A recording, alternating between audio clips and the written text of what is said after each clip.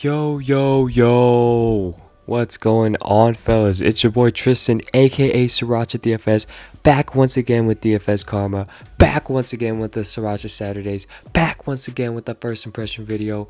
Let's go, baby. It's a very early preview of the day's NBA slate. Main purpose of the video is to highlight the totals of each game, who's favored, and give you guys a little injury rundown for the games and who benefits or who takes a hit from it. Make sure to subscribe to this YouTube channel so you do not miss out on any of our free media content or live streams. Also, make sure you're in our free chat room where we discuss all things DFS 24/7. We also give out free plays, free articles, and answer questions. So please join. Just go to chatdfs.com to get in for free. With that being said, let's just go ahead and dive into it. It's a Sriracha Saturday. 7 games on the slate. First game on the slate is Cleveland at Philly. Opened up at a 223.5 total, with Philly being favored by 10.5. On the Cleveland side, Matthew Dellavedova still out, Larry Nance out, Torian Prince out, Kevin Love still out, and Andre Drummond out as well. Because of this, I do like Chetty Osman, Darius Garland, Colin Sexton, and then punt Isaac Okoro. Gets a lot of minutes. On the Philly side, Tobias Harris is out, so this game might be a little more competitive than what Vegas thinks. I do like Seth Curry to pick up some usage, Ben Simmons to handle the ball a lot more, and then Joel Embiid, of course, offensive tank, basically rebound monster.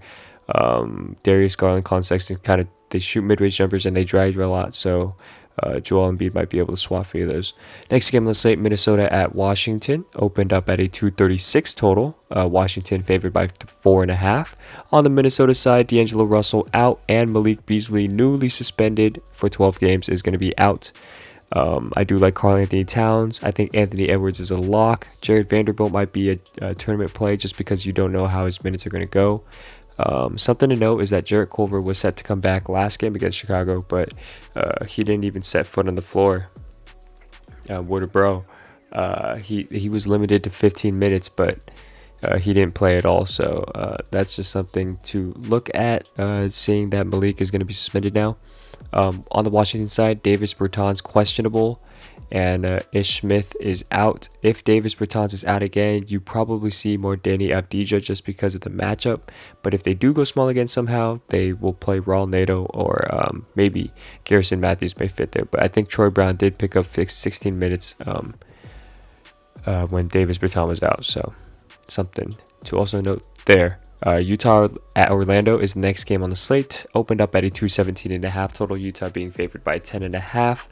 No injuries on the Utah side. They are fully healthy. Probably won't look there at all. And then on this Orlando side, Markelle Fultz still out, Cole Anthony still out, Aaron Gordon out, and James Ennis out. I think this game blows out, to be completely honest, but I'm probably not going to target anyone on this team except for maybe the super cheap plays, maybe like someone like Chuma Okeke or Al-Farouq Aminu, but I'm definitely not looking here tomorrow. Next game, Indiana at New York, opened up at a 216.5 total. Indy's favored by 1.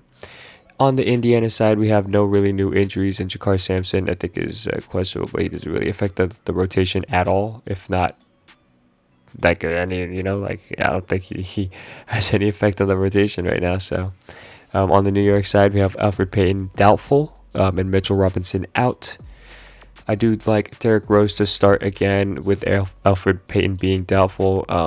He definitely will pick up those point guard minutes, consistent minutes. Emmanuel Quickley is someone to note to pick up, I guess, Derrick Rose's minutes off the bench, because since Derrick Rose is slotting into the point guard position, someone has to pick up that bench usage. Emmanuel Quickley was one to do it last game, but his price shot up on FanDuel. I'm not sure about on DK, but yeah, that's something to just take note of. But also, if you're looking at Alec Burks, he did score, I think, 4 fantasy points in the first half, and then went off for like 25 in the second half. He had a stretch where he made like 4 or 5 buckets in a row, and some being threes. So definitely had a good blowout session, I might say. Next game on the slate, Denver at OKC, opened up at a 224 total. Denver is favored by 7.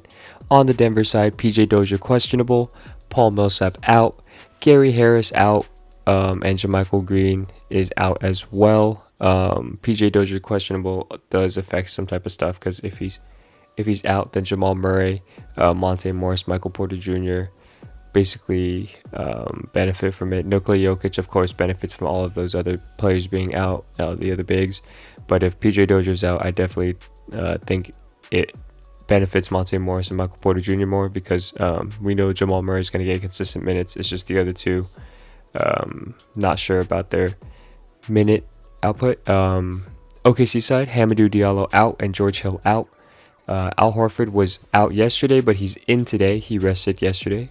Someone to look out for is Ty Jerome, who got called up from the G League team that the OKC have.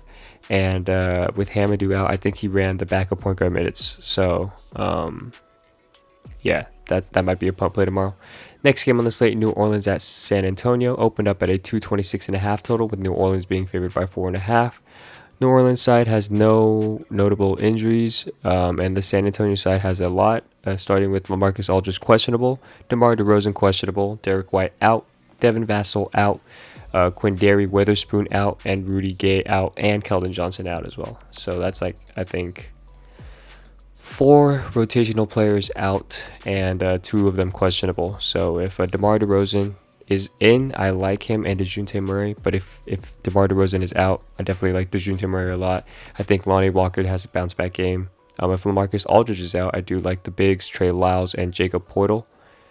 Next game on the slate, and the last game on the slate. Oops, did not mean to click that. Dallas at Brooklyn.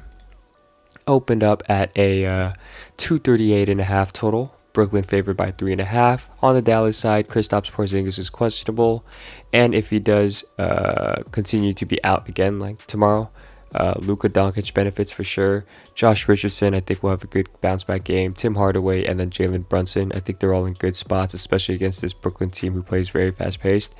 On the Brooklyn side, Jeff Green questionable, Kevin Durant out. If Jeff Green is out, then you got to look at DeAndre Jordan mainly to get those full center minutes. I think Nicholas Claxton has been playing the backup minutes, and he does put up fantasy points sometimes. So definitely something to note there. But yeah, this game might be a little closer, especially if Kristaps Porzingis plays. But if Kristaps doesn't play, just be careful. Not sure. By the way, Dallas has been playing. They've been getting pooped on. So we'll see. That wraps up this first impression video, basically for this this upcoming slate. If you like the video, please don't forget to give it a thumbs up and subscribe to the DFS Karma YouTube channel for more daily media content like this one and our live streams. I appreciate you guys all for watching. As always, it's been your boy, Sriracha Saturdays, SrirachaDFS, Tristan, aka SrirachaDFS. Have yourselves a good one and good luck on your contest. I'm out. Peace.